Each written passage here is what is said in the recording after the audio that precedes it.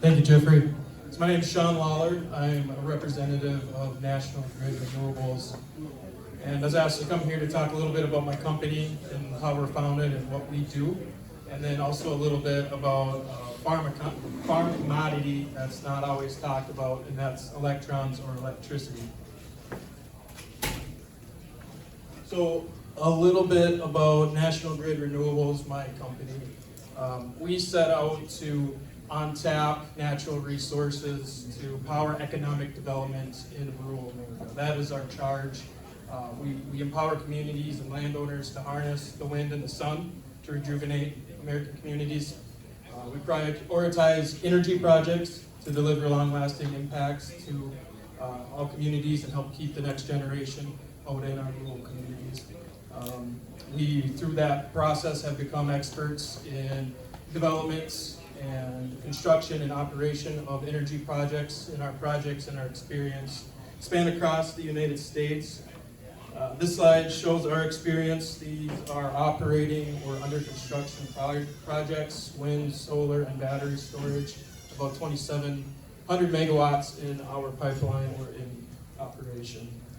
But what I really want to spend some time with is our origin story, how we came to be. So we were founded in southern Minnesota by a farmer named Noel Ron. He was approached by an energy company from the other side of the country, and they proposed building wind turbines on his family farm.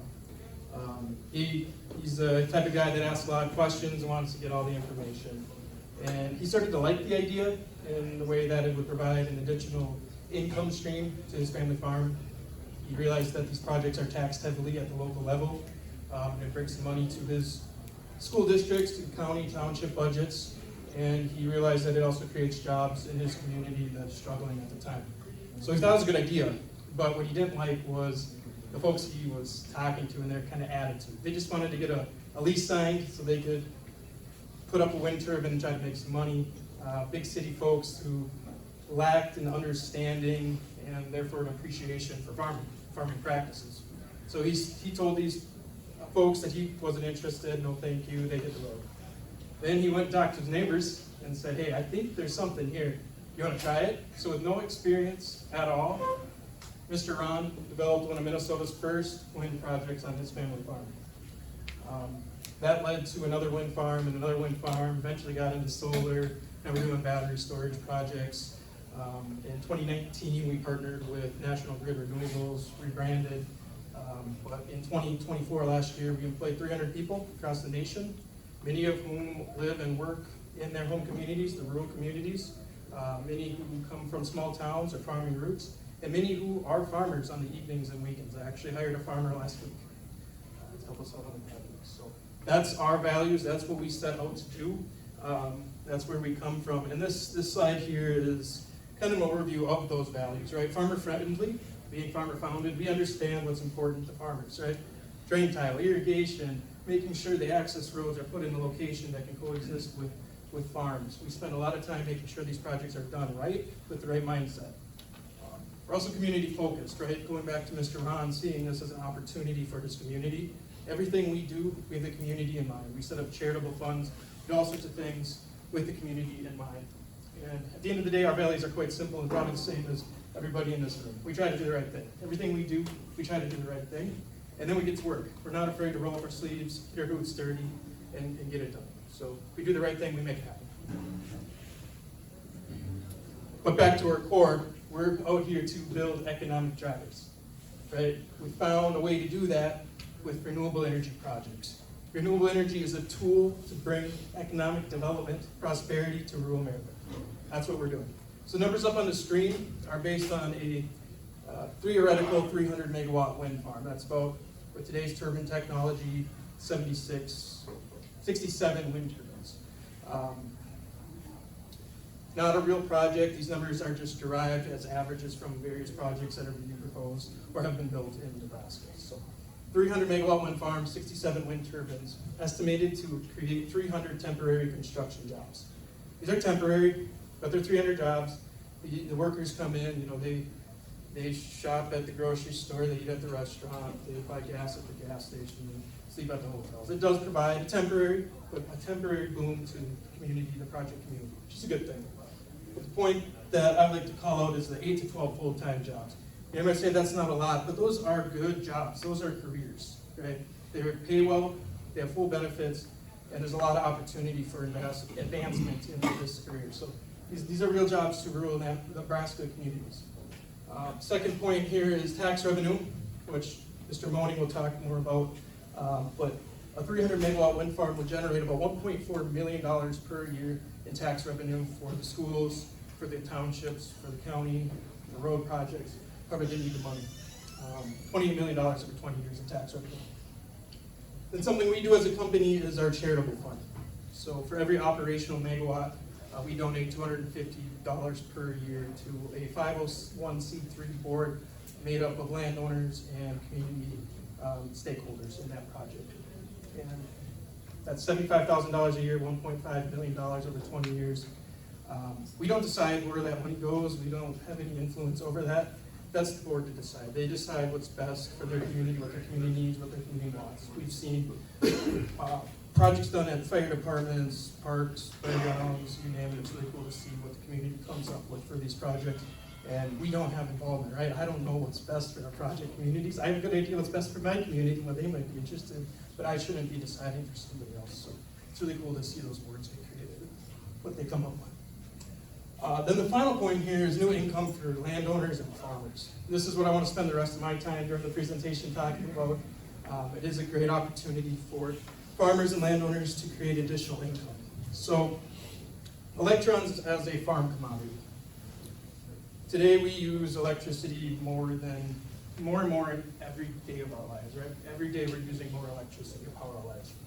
And when you look out in the landscape, you see things like data centers powering AI, you hear about Bitcoin mining facilities, you see the electrification of automobiles, right? Right now electricity is in high demand, high as it's been in decades, right? We need all the electrons we can get. Whether it comes from renewable energy projects, gas, coal, nuclear, we need everything we can get. It's a hot commodity. And Nebraska farmers, landowners have the opportunity to get a piece of that pie. You can harvest electrons on your farm, right, through hosting a wind project. It's an added value agriculture. John will talk a little bit more about that, but a wind farm takes up about a half acre to an acre of land. And that's about it. That's all the inputs, right? There's no seed, feed, fuel, fertilizer, pesticide, planters, combines. That's not something the landowner has to worry about with the wind farm because the energy company's doing all that. Right? The check comes in the mailbox, your only input is a half acre to an acre for wind. So what does this actually look like, harvesting electrons on a farm? So I have an example here. This is a section of land, happens to be section 26. 1/4 section, 160 acre farm with one wind turbine, right? The red dots are wind turbines. There's 3 in this section. So this 160 acre farm with one turbine, these are average numbers based on projects across the state. Over 20 years of the project, you're going to receive $500,000 in payments. It's $25,000 a year. Check comes in the mailbox. $25,000 each year. $156 per acre. It's real money. It's real added value. It's another income stream. We'll take a look at the north half of this section. 2 wind turbines on the north half. Right, double those numbers. $1 million over 20 years. $50,000 per year. Again, $156 per acre. And that's on all the land? That's across the land, yep. And this quarter section, no wind turbines were built. There's a couple homes there. We want to keep reasonable setbacks from the homes. There's some drainage facility, or drainage ways. Just didn't work out to have a wind turbine there. But that's okay. The landowner still signed up and enrolled in the project. Still gets paid. We wouldn't even set foot in this example. We had no reason to construct on this property. Sometimes we need to get through the crane or underground wires, cabling. And this section, I didn't even need it. We never set foot on the project, on the property, and they still get paid $116,000 over 20 years, $5,800 a year, $36 an acre for just being adjacent to the wind turbines. So I'm presenting all this as an opportunity, right? This is real. This exists. There's a demand for electricity, and this opportunity exists for Nebraskans. John will talk a little bit more of this too, but this is based on a report from the Nebraska's Farmers Union on the harvest of electrons in Nebraska in 2023. About 3,500 megawatts produced in Nebraska, 17.6 million in income to farmers, landowners through lease payments, another 17.6 million in local tax revenue. But the big point here, 2,200 permanent jobs in rural Nebraska. That's what it's all about, creating those jobs. You know, sometimes we need to hire from outside the community, other places of the state, other places of the United States to fill those jobs, and that's all good and well. New people come into the community, bringing their families, and kids are in the schools, they become friends with your grandkids or children, that's good. But what we try really hard to do is partner with the high schools in the project community, link them up with a program like here at Northeast, where there's a wind tech program, and give them an opportunity, give them a path, maybe work in the wind industry, right? And come land a job back in your hometown. Keep that next generation home, able to help out on the farm evenings and weekends. That's what it's all about. I got one more slide and then I'll turn it over to Josh, but I want to leave you with the question as you listen to the following presenters. It's, will Nebraska farmers feed, fuel, and power America? Nebraska, #1 commercial red meat producing state in the nation. Nebraska farmers are feeding America.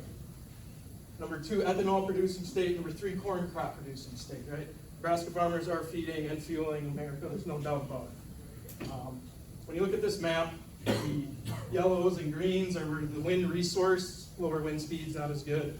In the central United States, the purples and reds is where the wind is stronger, right?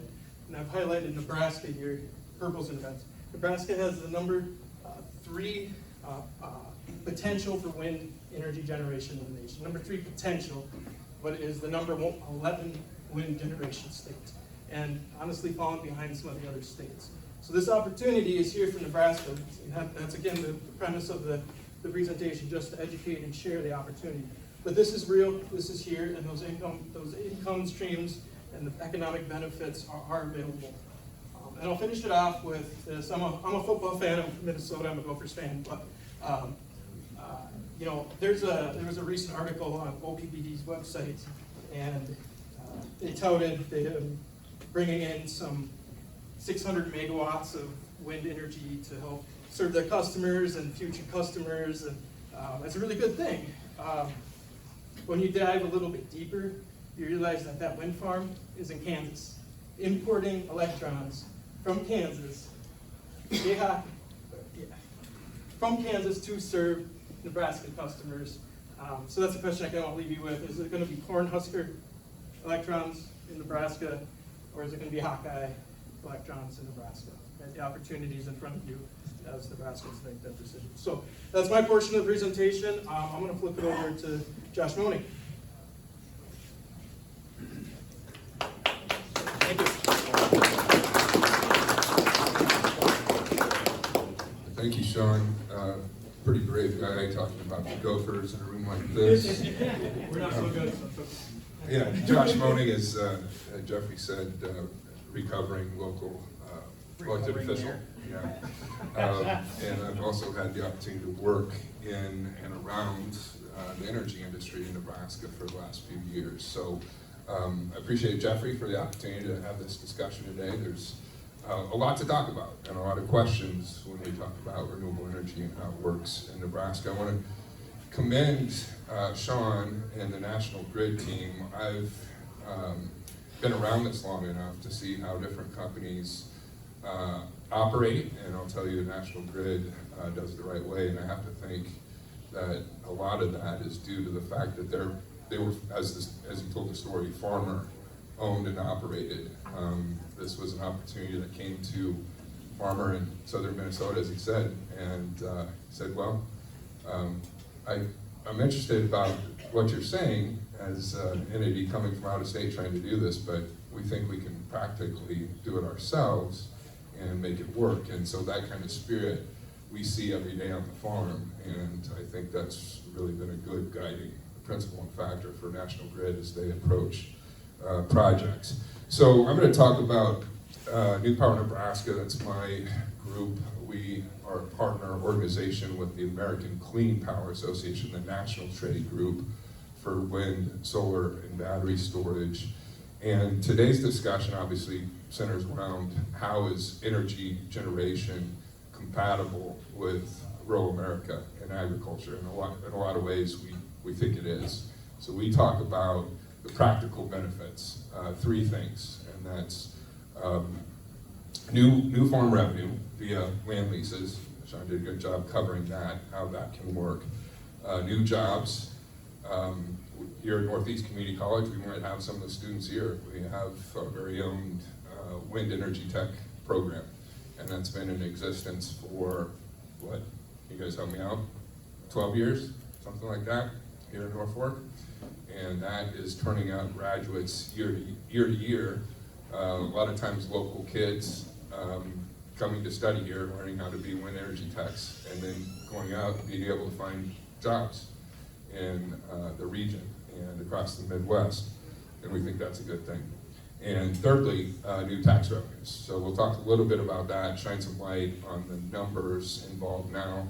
As Sean said, we've got a huge opportunity. You saw that map. We're right in the middle of the wind belt in this country. We have a huge wind energy potential, and surprisingly, high solar energy potential as well. Third highest wind energy potential in the country in Nebraska. We're in the top 15 in solar, so we're going to talk a little bit about that too.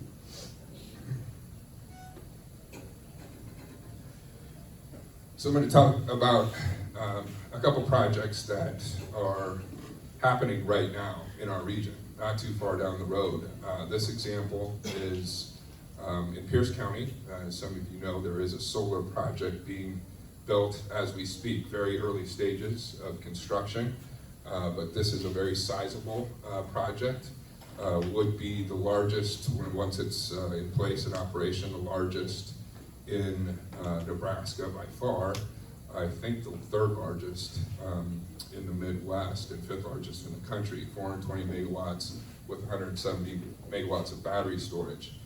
And these numbers that you see on the screen come from a report that was done by a UNL researcher, Dr. Eric Thompson, who's head of the Business Research Bureau there at UNL. So he was asked to do an analysis of the economic impact of this project for Pierce County and the region, Northeast Nebraska. So one of the things he found was in land use, solar, one of the primary business activities there is the land lease payment made per acre on that ground, and then the business activity, the operational activity that goes on in maintaining that solar year to year.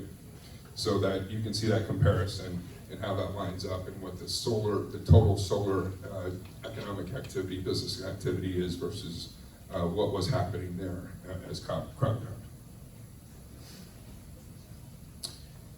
The initial economic impact, and Sean did a good job of talking about how these projects, when they're being built under the construction phase, which is an intensive process and a lengthy one, brings a lot of new people in terms of labor and jobs to an area and creates a lot of economic business activity where those laborers are staying and the materials that they're buying. So $316.4 million estimated economic impact during this construction process for this project. Labor income across the projected almost 550 jobs during that time of 32.5 million. And then when you look at the annual economic impact once the project is in place, 5.7 million estimated annual impact on the regional economy, again, from the land leases and the operational business activity maintaining that project. An estimated $360,000 in labor activity per year and about 10 new jobs.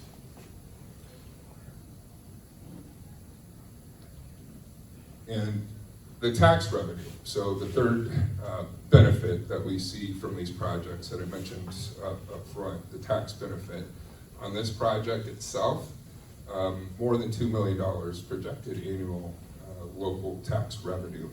And as we know how energy is taxed in Nebraska, there's a nameplate capacity tax, a fixed tax cost per megawatt produced on a project. And so that's how that number is arrived at. And those taxes come back to local governments. They're not paid to the state to be doled out via Lincoln.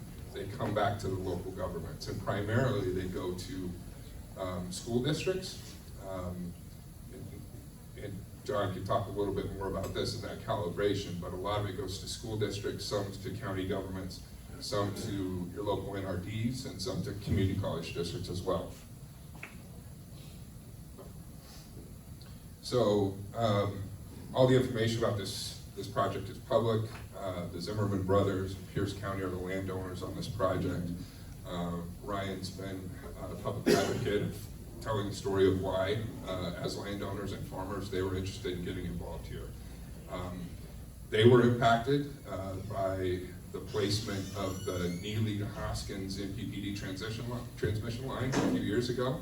It's proximate to their land.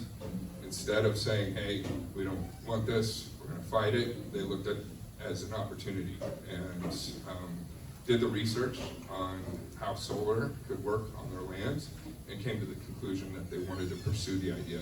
It took years. I worked with them at the beginning. They talked to a few different companies, finally found one that was going to work for them and work on their behalf. And there's a lot that goes on in the planning process in projects like this, but after years of research and development, the project is being constructed right now. Let's get that. Also, you know, the number of wind, one of the things we do is do some testimonial showcases of other landowners in the region. This is Jim's from Antelope County, has a few turbines on his land, and talks about the benefits that's created for diversifying his farm operation. This is another local example I just want to highlight, and then I'm going to turn it over to John Hanson here. This is the Allen School District in Dixon County, and I'm stealing here from the story that Mr. Kevin Kahn can tell. Kevin is a landowner and a business owner and was a school board member in the Allen Consolidated School District. Kevin's here today, and is able to tell the story of the impact of the wind farm in Dixon County once it was established. And you can see here through this chart, there was a big impact in terms of how the school district there was receiving revenue. So the taxes eventually paid on this project essentially allowed the school district, once it was all in place and started receiving that money, to reduce its property tax levy about 30 cents, which is a big deal. And so I don't know if any of you were at the Nebraska Wind and Solar Conference this year, but Kevin was able to tell that story, and I think it's a great one because a lot of times we have these conversations that are somewhat theoretical about what this can do. This is a real life example of what has happened with the wind farm in Dixon County, which is a sizable project. The Allen School District receiving a bulk of the benefit from that, and then being able to turn that into real property tax relief for its local residents. I mentioned Northeast Community College and the asset we have here in supporting the renewable industry. When it comes down to it, this to me is a $7 billion industry. People don't really recognize that. It's not talked about enough. $7 billion have been invested in wind, solar, and battery projects in recent years in Nebraska. And that money has a real impact, again, through the ways that talked about before, the new jobs during construction phase and operational, the new farm revenue available for farmers who don't have to do anything but allow that space to be used on their land. And increasingly with solar, there's agriculture compatible uses with pollinator crops, some harvestable crops, and grazing options under solar as well. the new jobs that are created in small towns that desperately need new economic activity and the tax reduction benefits. And I think that's it for me. Again, Sean covered kind of the global numbers of where we're at in Nebraska, about 3,600 megawatts of energy generation in place right now, which sounds pretty good, but when you compare it to neighboring states, Iowa and Kansas, we're pretty far behind. Got kind of a slow start, even though we have higher resource potential. And so there's a lot of opportunity here. And I guess a silver lining to being slow in adoption is that the technologies have increased and advanced so much in both wind and solar. They're much more efficient today than they were 10 years ago, when some of these other farms in other states were established. And so we're working with the best technologies. I'll finish with one more local example. In Norfolk, west of town, you see the solar project that was put in, community solar. That was not part of any climate action plan or anything like that the city of Norfolk put together. That was strictly the business case of solar energy costing less than other forms of energy today. We were able to acquire power from MPPD through that project that's 15 to 20% cheaper than our other wholesale energy.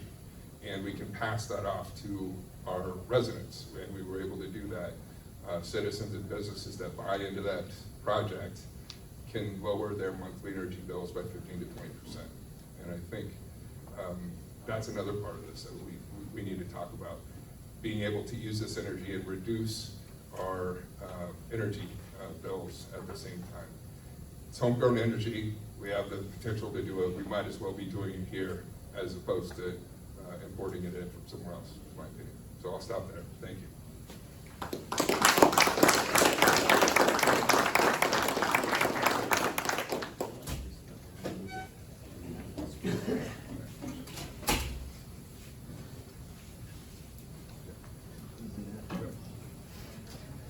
Well, thank you.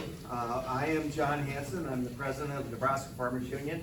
Yeah, I know I'm supposed to use this. Oh, you're on camera. And so, thanks to WJAG for sponsoring this event and for this session and for the invitation.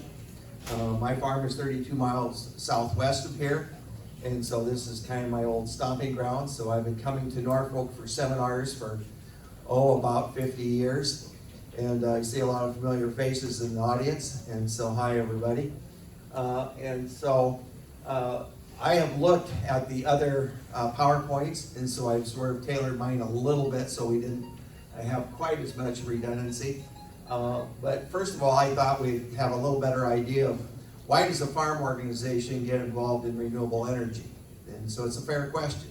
So a little bit more about us. Farmers Union has 3,500 farm and ranch family members across the state. We're 111 years old. Which means we take the long view. We've been around since 1913. We have a grassroots process where our members, through our representative process, set our policies at our state convention. Next, please. And so we represent our members. We provide a wide range of services. And so the last 2 years session, I testified on 89 bills before the Nebraska legislature. So we cover, if it has anything to do with economic well-being or the quality of life of farm and ranch families across the state, well, we kind of want to weigh in on it. We want to make sure that it's representing our interests. Public policy matters. It helps decide winners and losers. It helps create, fill in the low spots, or it creates hills to climb. And so public policy is important. And so we've also been working with landowners and representing their interests, their concerns on renewable energy for over 20 years. And so this is one of, as you go back and you count all of the different renewable energy events that we've participated in the last 20 years, you get over 600 of these kinds of events spread across the state. So we're also known, among other things, as the longest and the strongest standing supporter of local control in the state. And there's like 4 kinds of control. There's either federal, there's state, there's local, or in the absence of those 3, there's money. And so everyone has a strength and a weakness, but the only one who has a vested interest in getting it right in the first place, and the one that has the most interest in fixing it if it goes wrong, is local control. So for better or worse, we support local control, which doesn't mean we get what we want all the time, but local is still the best form of decision-making in our view. So I list some of these things to kind of give you an idea as an organization that's in it for the long haul, is that I'm here to tell you that if you just want to win popularity contests, you're way better off to be late to the party, where after all the heavy lifting and the spade work has been done, you can come in and put your hand up and say, me too, I had a lot to do with that, and just take the credit for the work of others. That's the easy way. The tougher way is to come up with a new and better idea in the first place, because there's nothing that garners more, well, let's just say input, than an idea who is new and is different and is ahead of its time. So some of these things, as you kind of look at our scorecard down over the years, we started advocating for a form of 100% public power in the state of Nebraska. We're the only 100% public power state in the nation, right? Look when we started, 1914. When did we get public power in Nebraska? In the 40s. So it's over 30 years. And so Gassahall, well, that's what we called it in 1944. So we were out advocating for the utilization of grains for the production of alcohol, for fuel and other things. And we started in 1944. And we finally built enough support that in 1971, we were able to get the Nebraska Ethanol Board done. We brought a bill to Senator Lawrence Schmidt. He liked it. He said, you better make sure that folks show up and support this thing, because there's a lot of folks that are not going to think it's a good idea. And if you know Lawrence Schmidt, he wasn't kidding. We did. It passed. 1971, as a result of an idea that had been out there for about 10 years, which is to come up with a better way to do rural education across the state, where we keep more kids in rural communities and give more people who want to stay in rural communities the opportunity to get the training they need to stay there. Community college system. And we had a lot to do with the creation of the community college system in '71. Another long-term project for us. We've also organized co-ops. We've organized 445 co-ops across the state. So if you think about the residual annual value of a co-op, just think about the total amount of money that every year gets rebated back to the owners of that co-op, the farmers who own it. It's millions and millions of dollars every year, because we had the good sense to pursue a long-term annual benefit. That we're known as the organization of cooperatives. So in 2007, we have been working with Public Power for some time. That's also, we have a relationship with Public Power. We're sort of like mom in a way. They think we're annoying sometimes, but on the other hand, well, we had a lot to do with bringing you into the world, so you know how the saying goes. I brought you into the world, I could take you out. Well, we haven't ever decided to take them out, but we have decided from time to time to have some honest conversations about how we do public power better. So we worked with them, and we realized that in order for us as a state to move forward in renewable energy, we had to come up with a way to develop a private and public partnership. We brought a bill to Senator Dirks. It was an enormous lift. It was 6 weeks of hard negotiation in the session every day. The stakeholders pounded away. We came out with LB 629. It passed 49-0 in final reading because of all that negotiation. And so that is the basis under which we do stuff yet today. We worked on net metering for about 10 years. It was passed in 2009. That's the bill that we brought to Senator Har. And we've been doing the Wind and Solar Conference since 2007. And so that is our project, where we bring in the best and up-to-date folks we cover a wide range of issues and wide range of stakeholders. We have about 400 folks that come. It's public officials, it's landowners, it's developers, it's you name it, they're there. So also, one of the folks who was not able to be here today, David Levy, did a very similar presentation to what he would have done today at our Wind and Solar Conference. So if you Google Nebraska Wind and Solar Conference and you go there, all of the presentations are videoed, and so you've got the PowerPoint, and you've also got the presenter.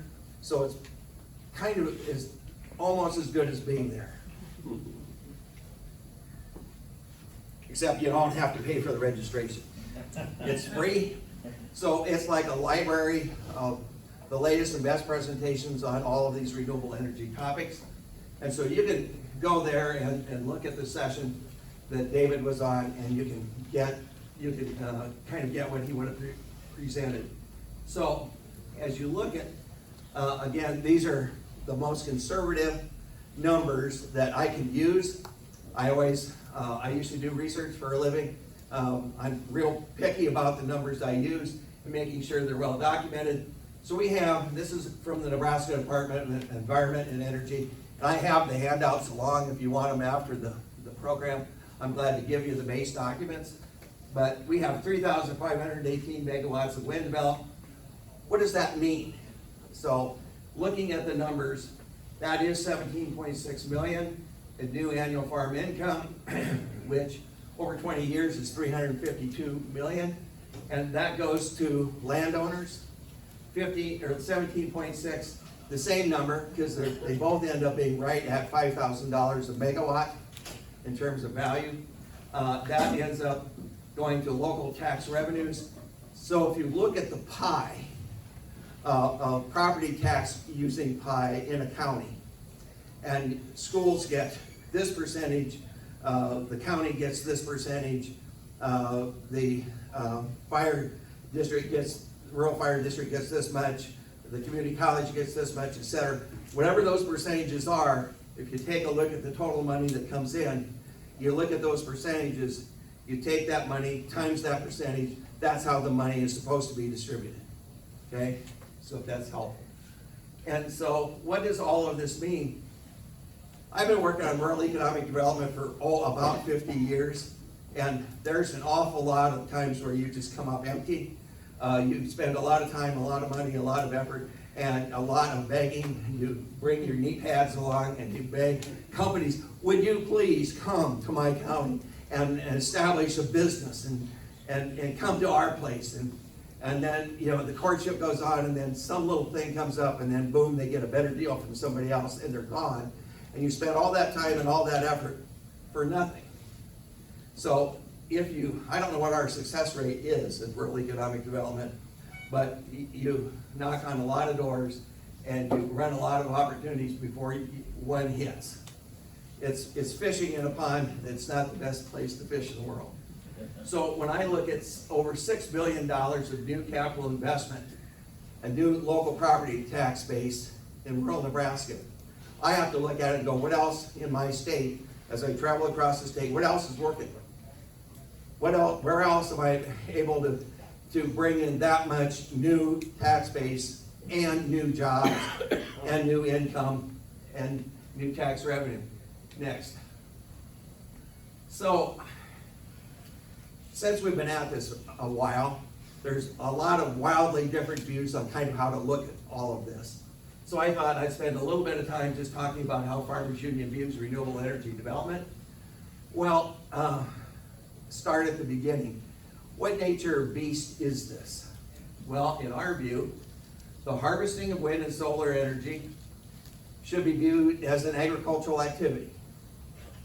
A lot of people don't start there. But, I represent 3,500 farmers. So they look at it and go, hey, we control the wind, we control the sun on our property, and it is, in our view also, a form of value-added agriculture. We all kind of know the benefits of value-added agriculture. It's a good thing. It helps rural communities, it helps farms, it helps everybody involved. And so it's also an effective rural economic development approach. We view that as a part of the rural economic development bundle of tools. It expands and diversifies badly needed additional farm income to keep farmers on the land. Right now, we're going through a very difficult period of time. We have a lot of folks that are in a lot of trouble. And I've been doing this job for 35 years, but I've also, for 35 years, been serving on the Nebraska Rural Response Council Board of Directors.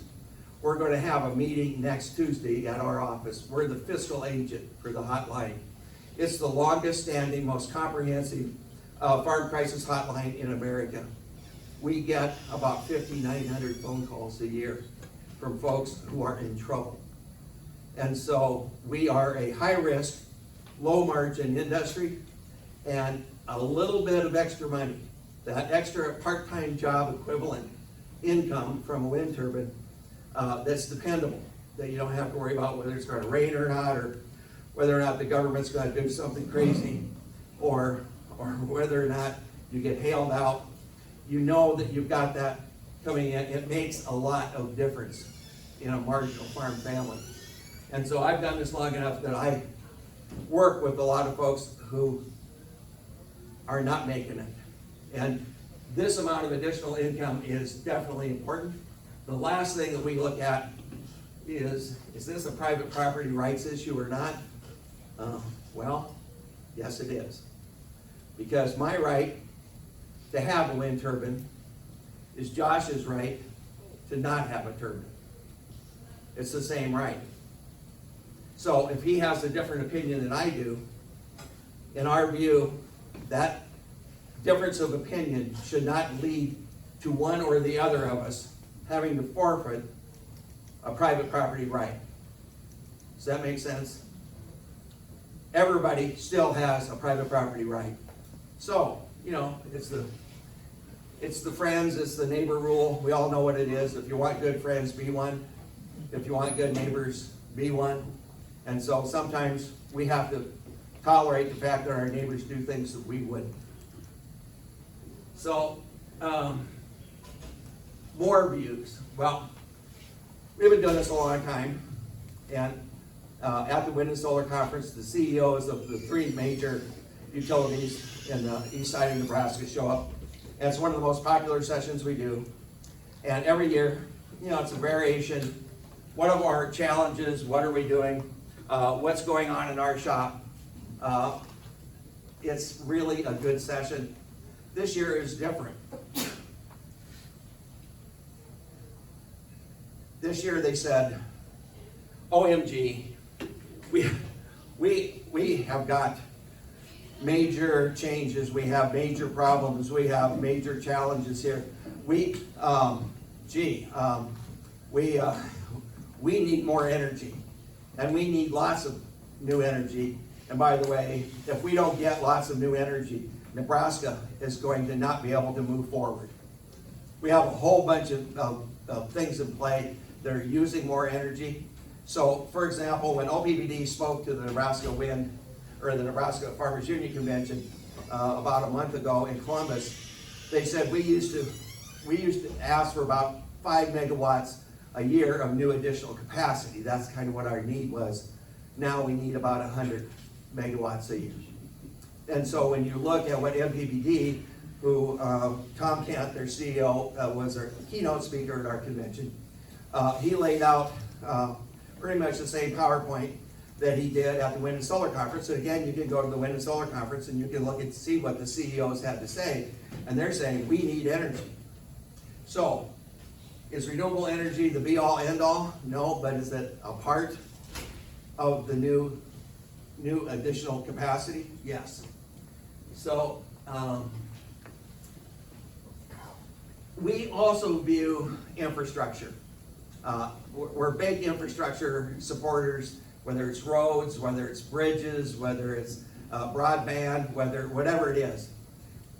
The infrastructure has a lot to do with your capacity to be able to operate your business It has a direct impact on the quality of your life.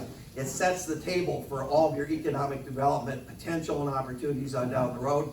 So when we look at what happens in counties that have wind projects, we see the roads getting substantially better. It's not like they put in better roads so they can build the project and then they take the roads out. They leave them. And the county's left with far better roads than they had before. And they also have a new way to fund putting gravel in those roads. So I've seen counties that I used to make fun of because their roads were so bad. Now those roads are substantially better. I mean, you can see it. You're going like, wow, it really is helpful to have more money to spend on gravel. Gravel's a good thing. So we also have the third best wind resources in the country. So former governor, former Mayor of Lincoln, former U.S. Senator, former Secretary of Ag, Joe Hans, spoke at our conference last year in Lincoln. And, you know, he talked about, he still thinks he's right, and he is, that Nebraska has the wind potential to be the Saudi Arabia of wind. Right? If you just think about it in a different way. That was his expression that he coined years ago. So, we also, and I was up at a hearing in Knox County in May, and I told the planning and zoning folks up there, I said, I hate to say things that they're provocative, but I'm afraid that if Nebraska doesn't stay open for business, based on the energy needs of our Nebraska 100% public power utilities, they're going to be forced to go to some other state. And it's the first time I've heard anybody say that publicly. So then you kind of wonder, well, you know, did I kind of maybe oversell that, or am I just, you know, overreacting? The next day I read my email, Omaha Public Power District bought 600 megawatts of capacity from a wind project in Kansas because they couldn't find what they needed in Nebraska. That's opportunity wasted. That's potential wasted that we won't ever get back. And is it a dependable farm income? And is it a way you have something to count on? Absolutely. In agriculture, almost everything we have is a variable. All of our inputs are a variable. All of our prices every year is a variable. To be able to have something you can count on that you know is coming in to help pay the bills and feed the kids is an important thing. So I've already talked about that. So yes, it's value-added agriculture. And so just remind ourselves, why is value-added agriculture a good thing? Well, value-added agriculture is a good thing because it adds value, which adds economic benefit, right? And so who gets the economic benefits?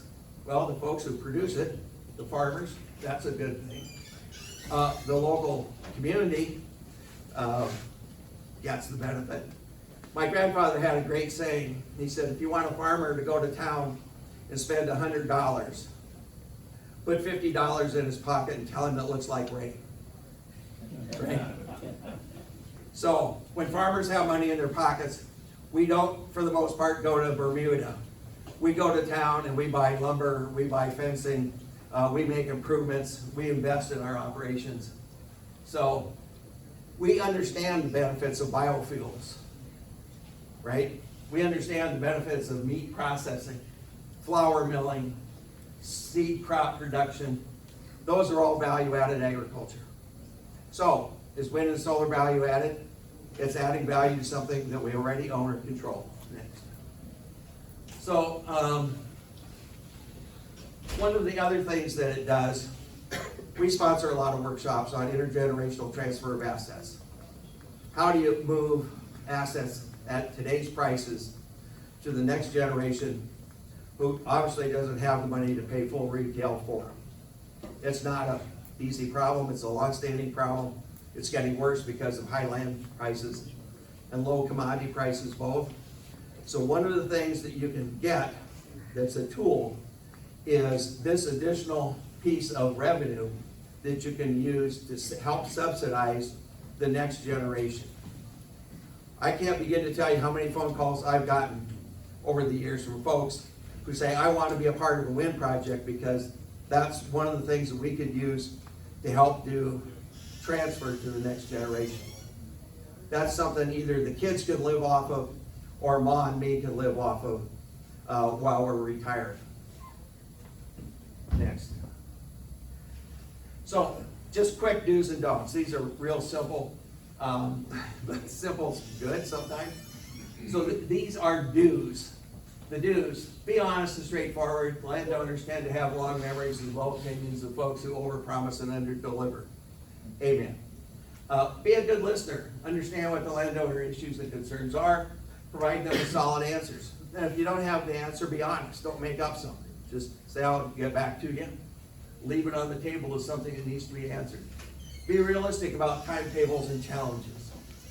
Be trustworthy and dependable. When problems occur, address them in a timely, transparent way. If everybody did those things, it would bring conflicts between landowners and developers to about zero. All right, and so don'ts. Don't assume all project landowners think alike or have the same needs, concerns, or perspectives. I worked in public policy for a long time. I was a public official for 14 years. I've worked with a lot of public officials in a lot of different capacities. And I remember a conversation I had with former U.S. Senator Ed Zirinsky. And Ed Zirinsky he was the former mayor of Omaha. He was trying to figure out how to learn to work with ag. And he said, I just want to put 10 of you farmers in a room, and in you farm organization guys, and then I want you all to come up with the same opinions, and then come in with one set of recommendations. And I said, we can do that.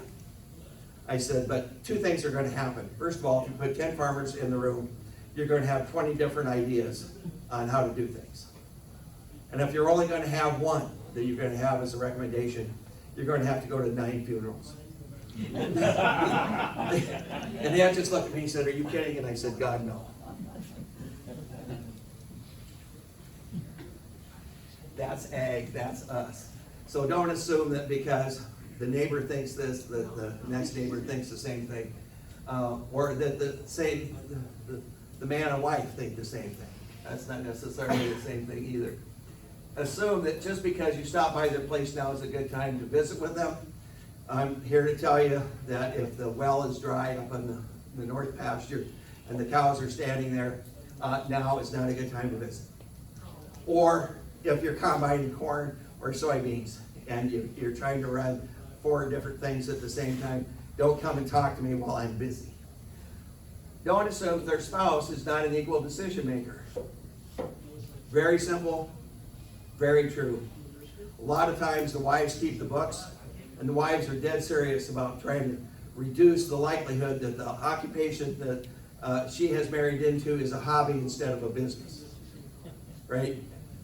She understands the importance of additional income, and she looks at things very clearly. She, in a lot of cases, has a better grip on the books than her husband. Say or share bad things about their neighbors. They know what goes around comes around, and if you're saying bad things about your neighbor, what are they going to say about you when they go to the next neighbor, right? Malicious gossip, not helpful. So for my farm, 32 miles south here, when I look west, I can see wind turbines. We're at the top of the hydrologic divide between Shell Creek and Battle Creek. The east side of our table goes east to Battle Creek. The west side goes to Shell Creek. And so I'm at the same elevation as the beginning of the wind project west of Petersburg. So I can see wind turbines from our place. And so next. Here's what I see when I look east. And as I look will east. take place approximately at 2:30, but we are going to wait till the last seminar is over. So I will let you know when we are going to head to the door, overhead door for the auction. So as you can see from our farmhouse looking east, there's enough room in the sky there for some additional wind turbines if somebody voluntarily wanted to participate in a wind or solar project.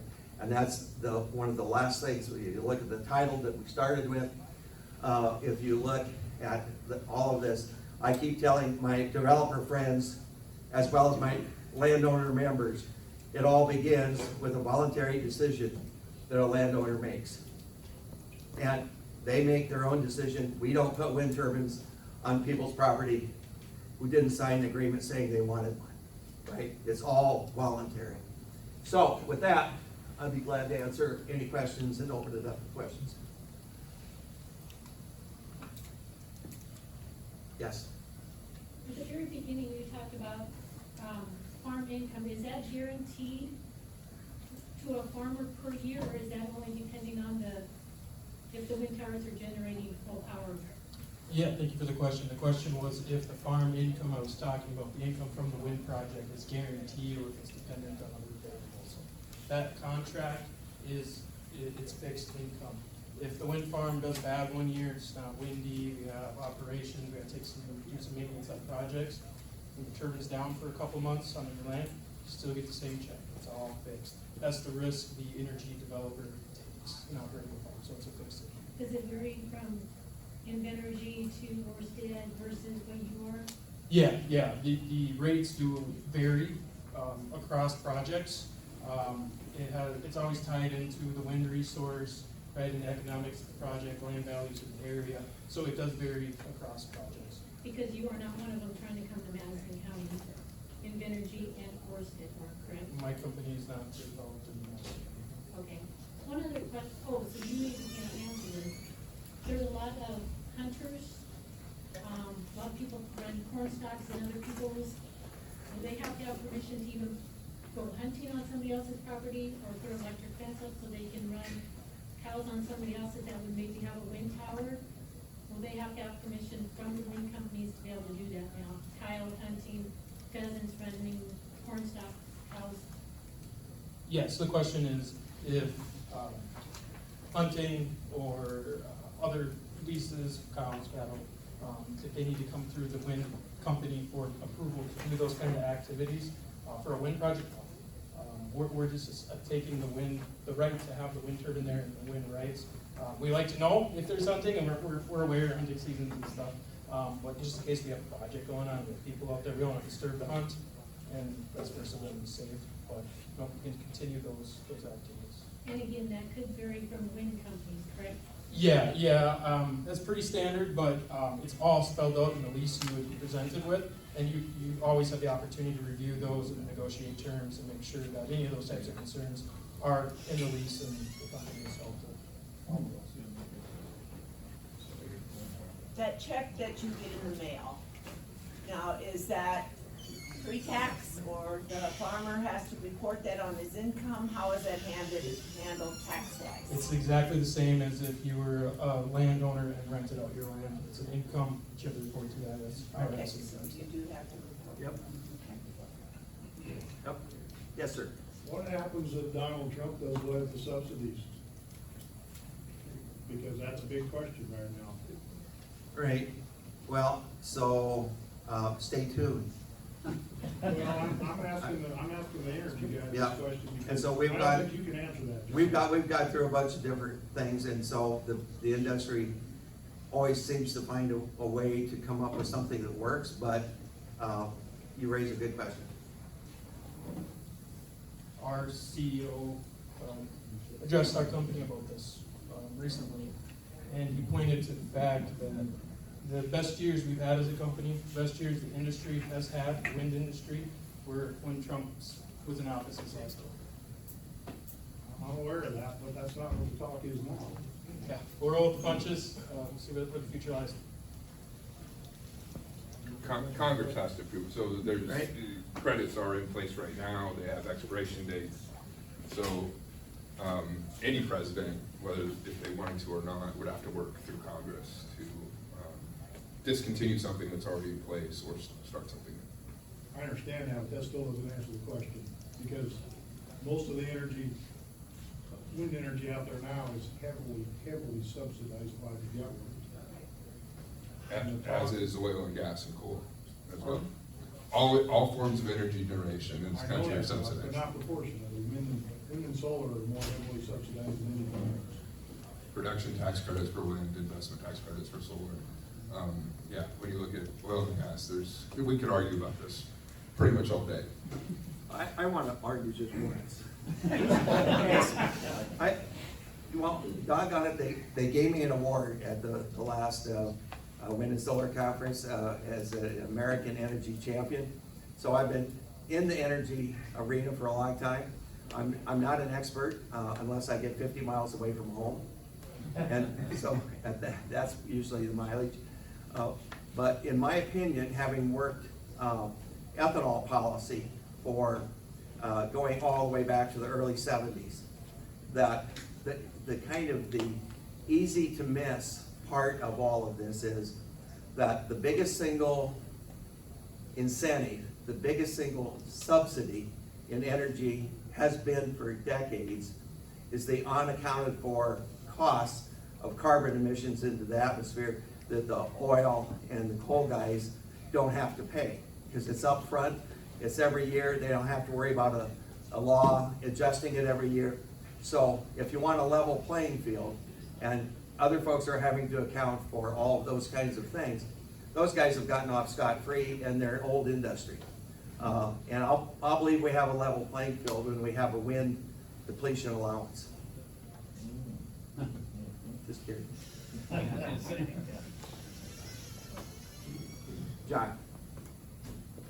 What's the, for Nebraska ratepayers right now, what's the cheapest generation coming up?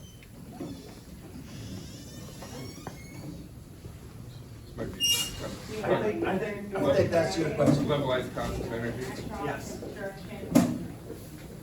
Thanks for coming, everybody. Yeah, that's a difficult one to ask. There is a company, Lazard, they do a levelized cost of energy, which says which generation source is the cheapest to produce. It's wind, it's solar, but there are other costs of transmission and interface to the grid. Sometimes are factored into that. My perspective, my company's perspective is we're energy agnostic. We need all the electrons we can get. Whatever source that is. I have nuclear plant and the coal plant within 30 minutes of my home, and I'm fine with that. All right. We need electrons, and it's an Our opportunity seminars for all. out, so The rest we of us will could be be proceeding to the We have one more door right here. overhead door shortly for our auction. So everyone who wants to witness the auction and bid on items, head on over to the north overhead door. One here and then put back. I've heard that the blades that are to dispose of them, that they concrete, they use them into concrete, grind them up. Well, over in Iowa, they're cutting them up, bringing semi-loads of them to David City, putting them in the landfill. So do those people over there know they can put them into concrete? Yeah, that's something we try to focus hard on where we are as a company. Other developers do things different ways. That's something where the community, the landowners, the person with the project can have a say. That stuff can be in the lease. And yes, there is the ability to recycle most of a wind turbine. It's like 96% now, putting the blades, the carbon fiber, and concrete products. That's available, that's there, can be done, it's not always done, but I think that this industry across the board is moving there. But some people do things their own way. Yeah, we had, again, go to the Nebraska Wind and Solar Conference a year ago. We had the two companies that do the recycling of wind turbine blades. And they do a different process, and they do it a different way, and they do different things with them. But there's two of them. One of them, I think, has a headquarters, does a bunch of business in Iowa. So I'm surprised to hear you say that, but at any rate, it is a growing, it's been a growing issue for a long time, and now it's a growing industry in response. And so, yes, we're getting to where a lot of us want to be to make sure that those blades are recycled. And some companies do, some companies don't, and so, again, these are all things that can be addressed. Yeah, but in the cap there. Well, part of what you said is true. There's a lot of good things that can be done. But we got 3 wind farms north of here. Shoals goes to Papillion. Plum Creek goes to Colorado. Carroll goes to Colorado. All that electricity, not 1 amp is used here. They are controlled by what they use in those towns. and that's how many wind turbines run. Only what they produce can they use, or what they use, they produce, and not one energy drop more. Because it does not help the people here. Yes, I am sure about that, because I have two lines that come across my property and I ask them about it. And all that energy is sold to Colorado. Graham? I just wanted to comment on the incentives for renewables. So different character, different beast typically than what the fossil fuel industry uses. There's active subsidies for oil and gas that were pushed forth through Congress and passed that are active from the 1900s still.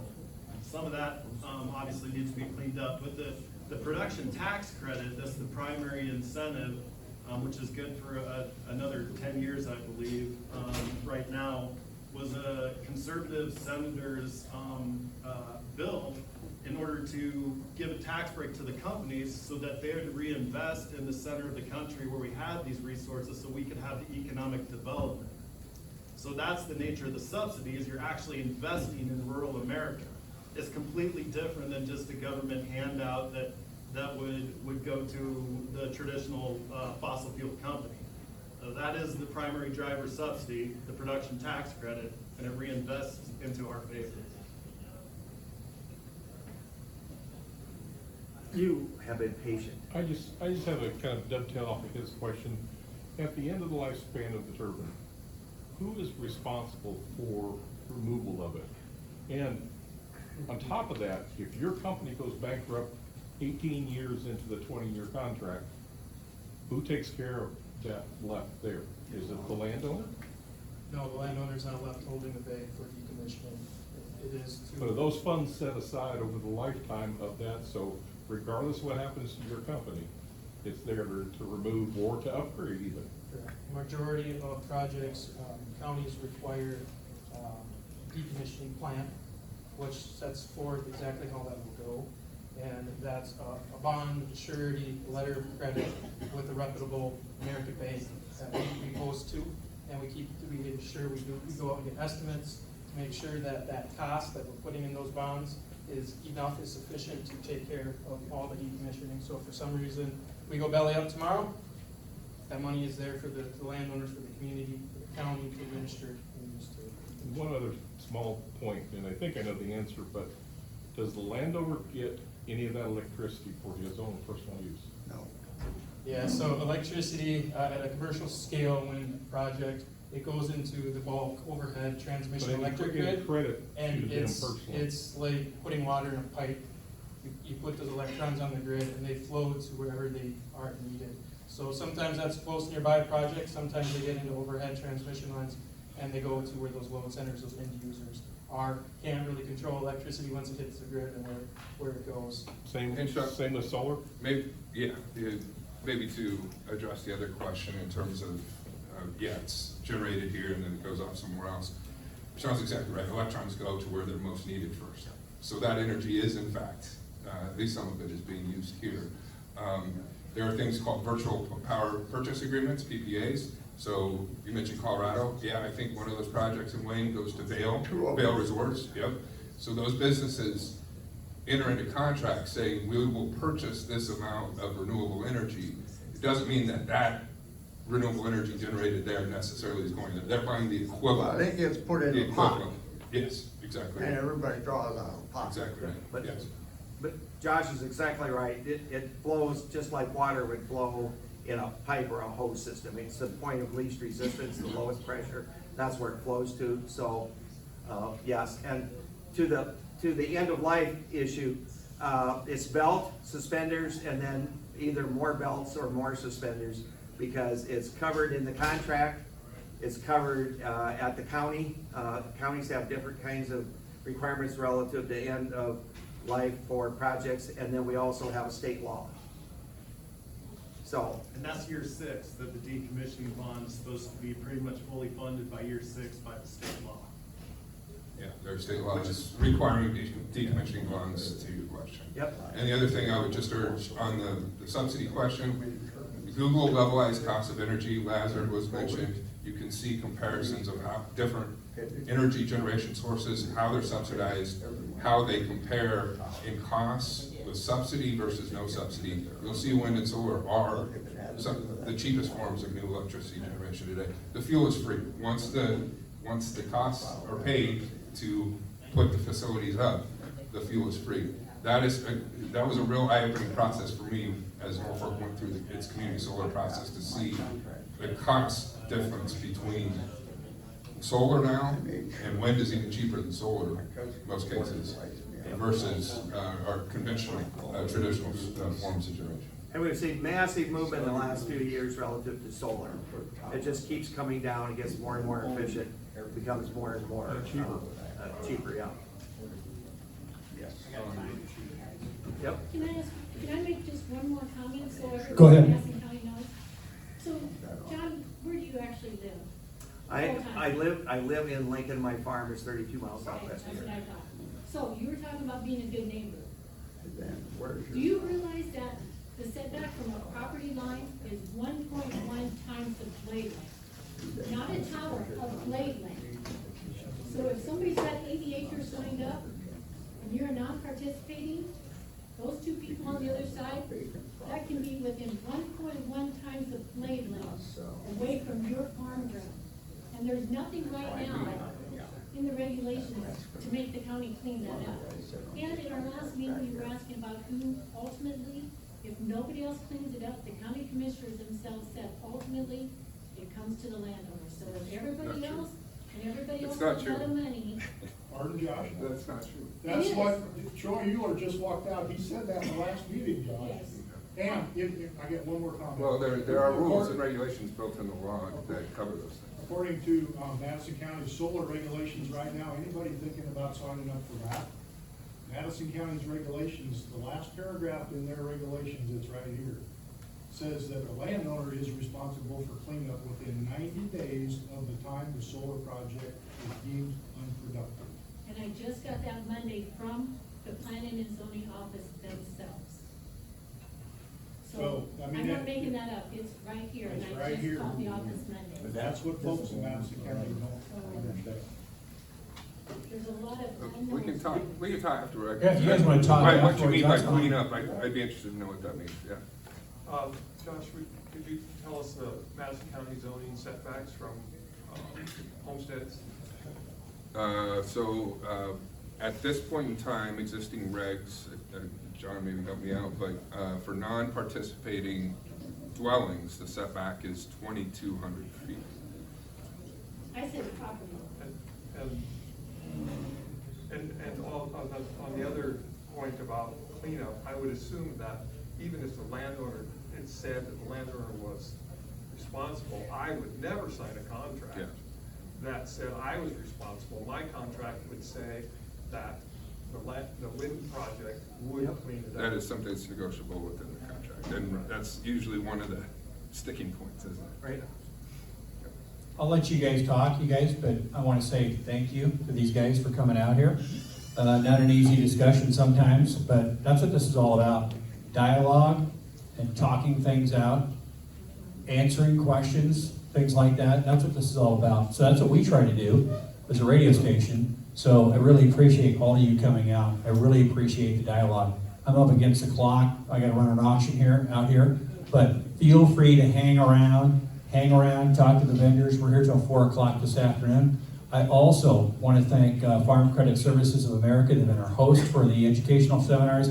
And also I want to point out Invenergy over in Antelope County, they sponsored this particular session, and they are also, they do have a booth over here just off of the arena floor. So if you want to stop by, chat with them, you're welcome to do that as well. So we thank them, thank all of you. Appreciate you. God bless you.